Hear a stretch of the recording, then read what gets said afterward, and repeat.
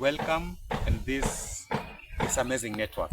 What are the effects of a ISS person in any society? A ISS parent, a ISS religious leader, a ISS leader in government. What are the effects of a ISS person in any society? A ISS parent. This is a parent who is saying yes to everything. You have your little kids there, but you have never learned to say no to your kids. A ISS parent. Listen, maybe your kids wants a doll, or maybe your kid wants a bicycle. At the moment, you do not have the budget for that bicycle, but you go stretch yourself, you go to the extent of even going against your budget simply because you want to please your child. You've never learned to say, young man, for now I don't have the money, but I'll buy for you later.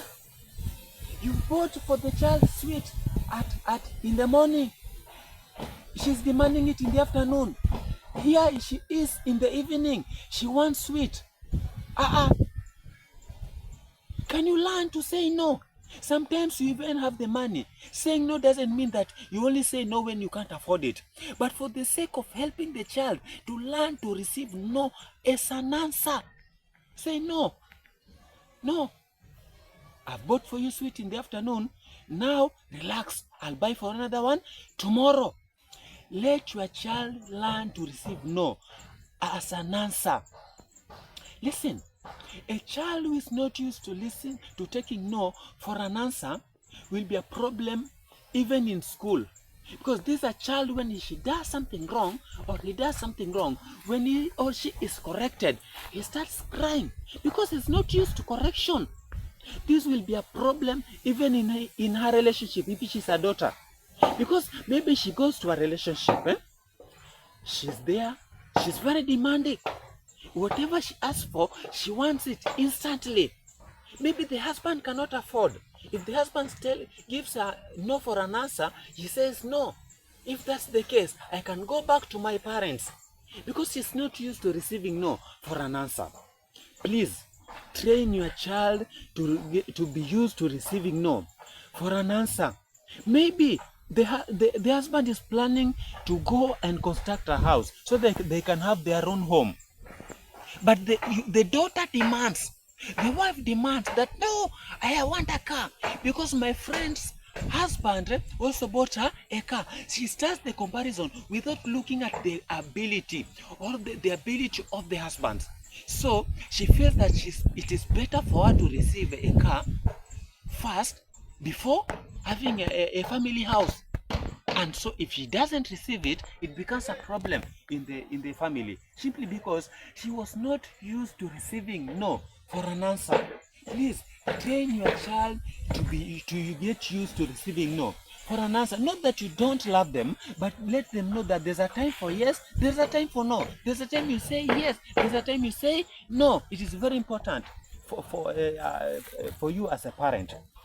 Listen, even in a relationship, any relationship where, people cannot differ. You cannot receive no for an answer, either as an husband or a wife. That is very, very wrong. You must, as a relationship, as a couple, you must always agree to disagree. The wife was brought in a different culture. The husband brought in a different culture. You are not the same. Even people are born in the same family sometimes differ. What about you people who are brought up from different culture? You must learn that you can always differ, but you agree to disagree, so that again you can agree. You can say, this is where we differed, but what's the difference? Can you now find a solution? That is good. That is healthy for your relationship. And there's also a problem with men most of the time.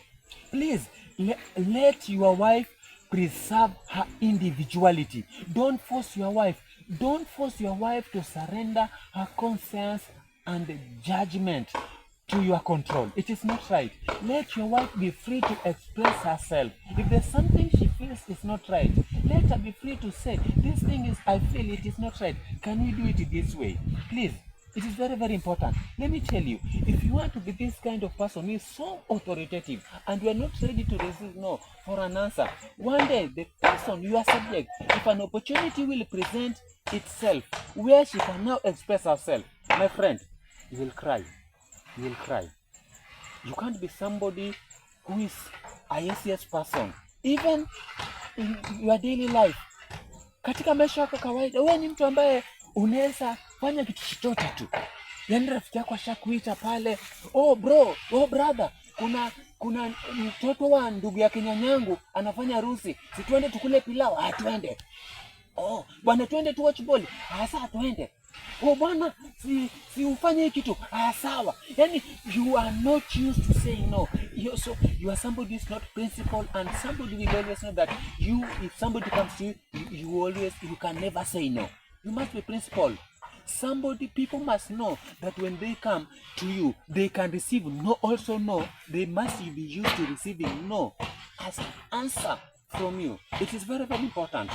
Very, very important in life. You must be principled in life. Listen, even in leadership, even in religious leadership, let me tell you, and this is a question that will disturb our minds. Where are the Nathans of today, whom when King David committed adultery with Uriah's wife and then proceeded to kill Uriah in the battlefield, when he put it in the war front and then Uriah was killed, Prophet Nathan went and told King David straight to his face that what you've done is wrong, until David had to confess to God and ask for forgiveness. Where are the Nathans of today? The prophets are the one, the religious leaders, the prophets are the ones who used to tell the kings that the king, what you are doing is wrong. We are the Nathans of today. We are the religious leaders of today. We are they. The religious leaders who, when something is wrong, even in the church, when the worshippers are doing something wrong, you cannot stand and tell them, this is wrong. Everything is okay. You always want peace. Everything is okay. Listen, you must be ready to say no. When is the right time to say no? The right time to say no. Listen, where are the leaders? Those who are elected to go and represent the people, even in government. It is your responsibility to support every agenda of the government that is good, that gives glory and honor to God, and also that is good for your people. Support it 100%. Support it with all your strength. Support it with all your might. But anything that is contrary is not right before God. Is injurious to your people. Is not good for your people. You must be ready to stand and say, no, King, this thing is not good for our people. This thing is harmful to our people. Can you change? We will not support this one. That is why you were elected, to go there and represent your people. All of them in millions elected you to go there and support and represent them, because all of them cannot be there. Where are you when the king is doing something wrong? When the government is doing something wrong, you keep quiet because of your selfish interest. Where will you be? How will history judge you tomorrow when you will not be in that position? How will history judge you tomorrow when you will not be in that position? Listen, the worst thing that can happen to any society is not the actions of the wicked, but the silence of the righteous. The silence of the people who know that this thing is wrong. This thing is wrong. But they still choose to keep quiet. These are the enemies. The yes people are the enemies of any society. One writer once said that and I quote, that the greatest want of the world is the want of men. Men will not be bought or sold. Men who in the inmost souls are true and honest. Men who do not fear to call sin by its right name. Men whose conscience is true to duty as the needle to the pole. Men who will stand for the right though the heavens fall. Men will stand for the right though the heavens fall. Please don't be a yes person. Be a principled person. God bless you, and this is Amazing Network.